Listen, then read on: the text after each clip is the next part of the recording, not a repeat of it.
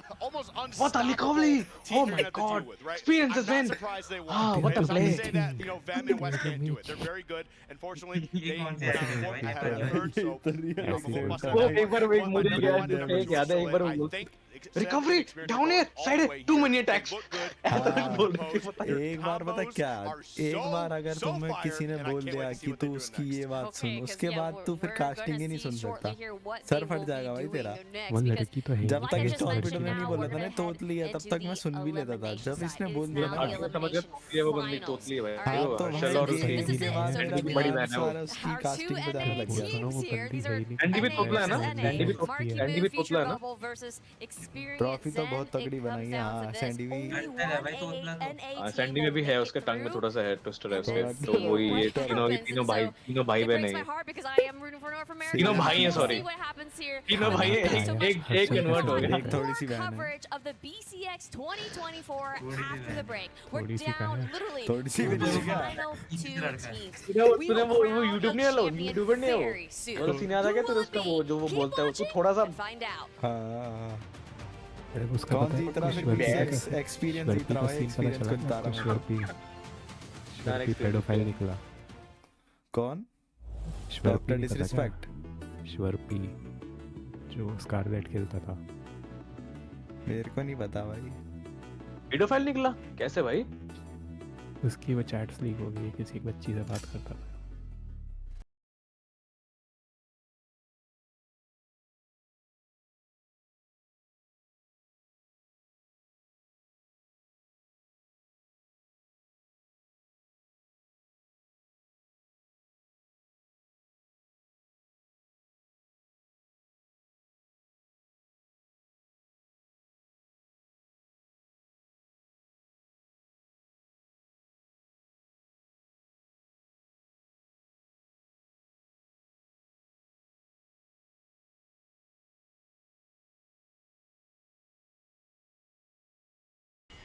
Demo है, इसमें changes होंगे। सेम रहेंगे भाई, ट्रिप ये सब थोड़ी कम होंगे। मेरे को नहीं लगता है स्प्लिट वाला देंगे क्यों? सिर्फ एक बैटल मूड से जो यूज होता है, तो कमिट हो गया, ये चीजें तो कमिट है। नया क्रॉसओवर्स का ट्रेलर देखेगा। आ जाओ भाई, ये कोई चक्कर कार तो है। मैं ना बस स्पीयर के साथ आ जाओ, मैं भी वही बोल रहा हूँ भाई, स्पीयर के साथ। ये मॉल का है क्या? ये तो उसका एक क्रॉस था। सब ब्लास्टर वाला है, ब्लास्टर बफ तो करने चाहिए ना। हाँ ब्लास्टर्स तो होंगे कंफर्म है, इसने कर दिया कंफर्म, जो करता है बहुत रनर टीडब्ल्यू। अब होंगे हाँ लूसेन में कर ब्लास्टर ले गए क्या? लूसी ने इतना आसान लेजेंड है जैसे इजी है भाई, किल तो है ये। ये कौन वो है क्या? आइजिया ब्लास्टर बहुत ब्रोकन आ रहा है भाई, सबकी आवाज में दर्द है सर। अरे भी से बफर है तो ये इजीली हो जाए, क्योंकि अभी एक भी ब्लास्टर्स नहीं है टॉप 8 में, ना ब्लूज में ना वंस में, और ऐसा 2 साल से हो रखा है। ये वो है क्या बोलते हैं, एड है ये सब स्टार वॉर्स के डाले हुए भाई।